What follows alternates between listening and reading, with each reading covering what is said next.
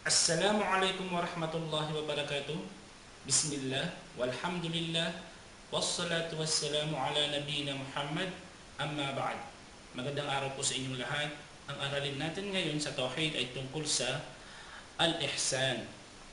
Ang Al-Ihsan, sa literal nitong pagpapakahulugan sa wikang Tagalog ay pagpapakabuti, kundi kaya ay pagpapakatumpak.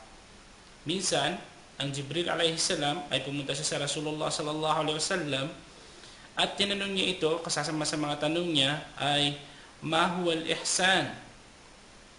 Ang sagot ng Rasulullah sallallahu alaihi wasallam, an ta'budallah ka'annaka tarahu fa in lam takun tarahu fa innahu yarak. Tinanong ni Jibril alayhi salam ang Rasulullah sallallahu alaihi wasallam kung ano ang al-ihsan.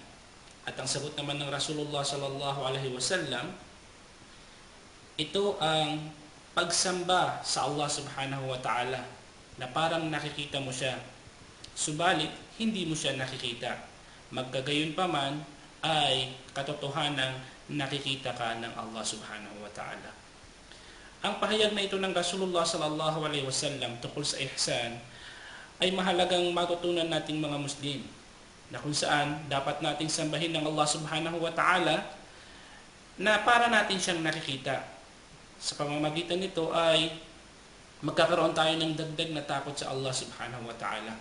Sa pamamagitan nito ay may sasapuso natin na Allah subhanahu wa ta'ala anuman ang ating gawin ay nakikita tayo ng Allah subhanahu wa ta'ala saan man tayo magtungo, tayo man ay magtago. Kahit na sa kalaliman ng gabi, gumawa ka man ng masama, ay hindi ka makakagawa ng masama dahil nakikita mo na ikaw ay, dahil alam mo na ikaw ay nakikita ng Allah subhanahu wa ta'ala. Sabi nga sa dulo, katotohanan na ang Allah subhanahu wa ta'ala ay nakikita ka niya. Sa pamamagitan nito ay matatakot ka sa Allah subhanahu wa ta'ala at mahihiya ka na gumawa ng anumang kasamaan. Dahil alam mo sa sarili mo na wala kang matatakasan sa Allah subhanahu wa ta'ala. Ang Allah subhanahu wa ta'ala ay ganap ang kanyang paningin, ganap ang kanyang pandinig, ganap ang kanyang kaalaman. Lahat ng bagay ay kanyang nakikita. Lahat ng bagay ay kanyang naririnig.